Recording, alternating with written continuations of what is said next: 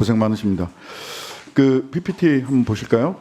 대한민국 헌법 제66조는 헌법을 수호할 책무를 진다. 대통령은 69조 헌법을 준수하고 대통령으로서의 직책을 성실히 수행할 것을 맹세합니다. 헌법 수호 의무가 대통령에게 있다는 것이죠. 예. 근데 이 헌법 수호 의무가 다음 PPT 보여주세요. 그냥 단순히 그냥 뭐 상징적이고 선언적인 규정이냐? 헌법재판소는 그렇게 보지 않았습니다. 대통령의 직무집행과 관련하여 구체화된 헌법적 표현이다. 즉 헌법 수호 책무는 그냥 말로 선언되는 게 아니라 직접 집행을 해야 되는 의무라는 겁니다. 좋은 말이 아니라. 자, 그렇다면 대통령실 역할은 대통령을 무조건 호위하는 것이 아니라 윤석열 대통령실처럼 개인의 대통령실로 만드는 것이 아니라 헌법적 책무를 지닌 대통령 직무 성실히 수행하도록 해야 됩니다. 2024년 12월 3일 발생한 내란은 대한민국 헌정 질서 정면으로 위협하고 민주적 질서를 훼손한 중대 사태인데요. 지금 특검을 통해서 계엄 선포의 경위 뭐 이런 부분들을 수사를 통해서 형사 책임을 지금 묻고 있습니다. 그런데 아까 우리 존경하는 김영배 의원님께서 말씀을 하신 것처럼 형사 책임에 국한되지 않는다라는 말씀 주셨고 오전 답변에서 우리 비서실장님께서도 별도의 조직을 검토할 수 있겠다. 즉 형사 책임 이외의 행정 책임 뭐 이런 부분들을 전부 다 꼼꼼히 챙겨봐야 되지 않겠습니까?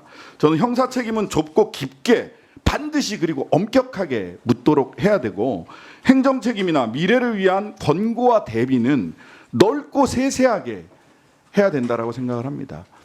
즉 수사의 시간은 지금 왔지만 진실의 시간은 아직 도래하지 않았다라고 생각을 합니다. 진실을 밝히는 데는 크게 보면 전 세계적으로 두 가지 모델이 있습니다.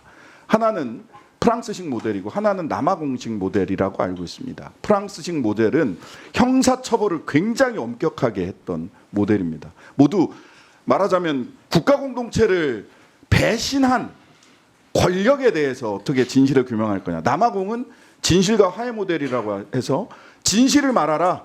그럼 우리가 포용해 줄게.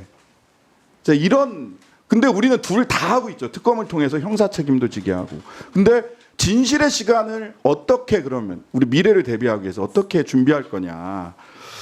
이 굉장히 중요하고 그런 면에서 보자면 대통령께서도 이 다음 PPT 보여주세요.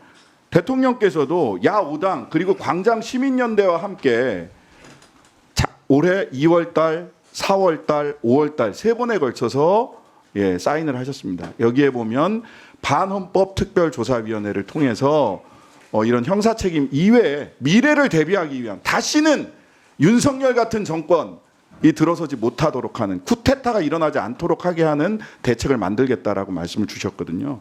이와 관련해서 대통령께서 당대표 시절 약속했던 반헌특위 구상을 어떻게 이행을 하실지 어떻게 대통령의 헌법수호 책무를 실질적으로 이행할 수 있도록 할 것인지에 대해서 좀 말씀을 주셨으면 좋겠고요. 한 가지 더 여쭙겠습니다. 혹시 독일의 연방헌법수호청이라는 기구가 있다는 거 알고 계십니까? 안보실장님 혹시 알고 계세요? 네, 들어서 알고 있습니다. 예. 여기가 올해 5월 달에 독일의 제1야당이 AfD입니다. AfD. 제1야당. 여당이 되느냐 마냐 했던 제1야당인데 헌법수호청에서 여기를 우익 극단주의 단체로 지정을 했습니다. 선출직 공직자 지위기 바탈할 수 있고요. 국고보조금 지원 중단할 수 있고 나아가 정당 해산할 수 있습니다.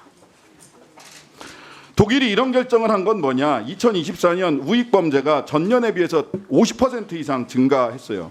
인종차별적 발언, 혐중 발언하는 우리나라의 어느 정당도 생각이 납니다.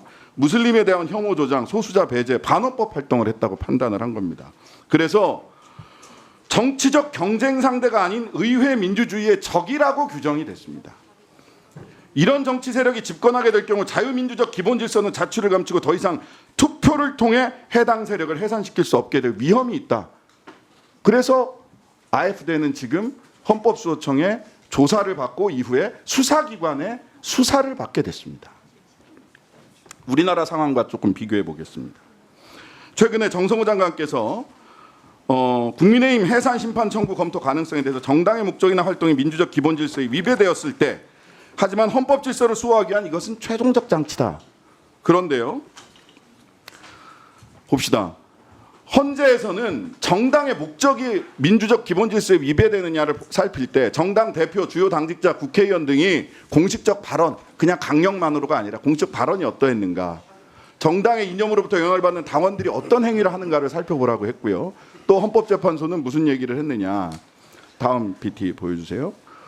당대표의 활동, 정당의 활동은 뭐냐? 당대표, 최고위원, 국회의원, 이 사람들 활동이 정당의 활동이라고 봐요. 이분들의 활동이 민주적 기본 질서에 어긋났느냐 하면 정당 해산 시킬 수 있다는 겁니다. 이게 우리나라 헌법재판소의 태도입니다. 예, 그 다음 보실까요? 자, 보세요. 정광훈 집회에 가서 대통령, 지금 이재명 대통령 끌어내려야 된다부터 시작을 해서 부정선거 음모론부터 막 이런 얘기하고 있어요. 근데 정광훈 집회 가 계세요. 그 다음에 특수공무집행방해, 체포방해 행위하러 국민의힘 다수의 의원들이 그 앞에 가 있었습니다. 관저 앞에. 주요 활동하는 사람 국회의원들이 민주적 기본 질서에 위배되는 활동을 버젓이 했습니다. 다음 보실까요? 이번 계엄에도 하나님의 계획이 있다. 대통령님을 만나고 와서 하나로 뭉쳐 싸우자. 이재명 시정연설 이번이 끝이다. 이재명 정권을 끝내고 다시 정권 되찾아야 돼. 언제, 어떻게, 무슨 방법으로요? 내란 말고 다른 방법이 있습니까? 내란 선동의 선거 불복입니다. 다음 보실까요? 전광훈 세력이랑 뭐 이러고 있잖아요. 근데 민주적 기본 질서를 주요 활동가들이 어기고 있다. 그걸로 끝나는 건 아니에요. 다른 대안적 수단이 있다면 보충적으로만 적용됩니다. 이건 뭐냐? 인적 교체의 가능성이 있느냐를 보는 겁니다. 그런데 지금 대한민국 제1야당 윤석열과 동일한 생각을 가진 집단이 장악하고 있어요. 인적 교체의 가능성이 없습니다. 제가 보니까. 며칠 전에 우리 로텐도르에서도 보지 않았습니까? 마무리해 주십시오. 네. 저는 대통령의 헌법 수호 의무를 직접적 이행 의무를 가지고 있다라고 한다면 대통령실에서 정성호 법무부 장관과 협의하셔야 된다고 봅니다. 대통령의 헌법 수호 의무를 견결하게 지켜주시기 위해서 반헌법 세력들을 철저히 조사해서 진실의 시간을 갖고 민주적 기본 질서를 위배하고 있는 정당 해산 심판, 법무부 장관과 협의해 주실 것을 요청드립니다. 네, 의원님 위원장님 네. 답변 드려도 되겠습니까? 신장식 의원님께서 말씀해주신 반헌법적 행위에 대해서 엄벌하라고 말씀이 있으셨습니다.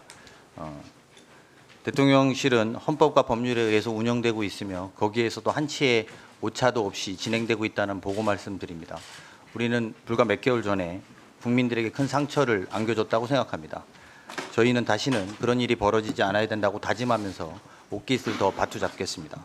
아울러 대통령께서 대표 시절에 반헌법 특별조사위원회 서명하셨던 걸 거론해 주셨는데 국회에서 논의해 주시고 그 결과에 대해서 전 충실하게 의무를 수행하겠다고 말씀드립니다.